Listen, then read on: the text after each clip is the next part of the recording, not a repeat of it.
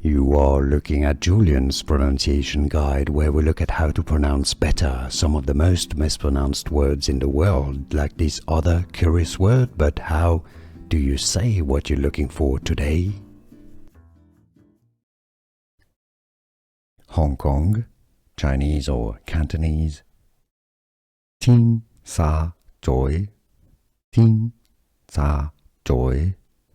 So you can think of it as Tsim Sha Tsui, or English pronunciation Tsim Sha Tsui.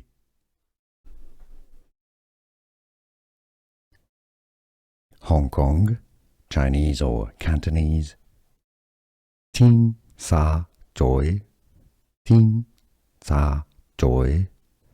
So you can think of it as Tsim Sha Tsui, or English pronunciation Tsim Sha Tsui. Here are more videos on how to pronounce more confusing words and names too many mispronounced. Like this video if you found it useful. I appreciate your support. I'll see you soon and thanks for watching.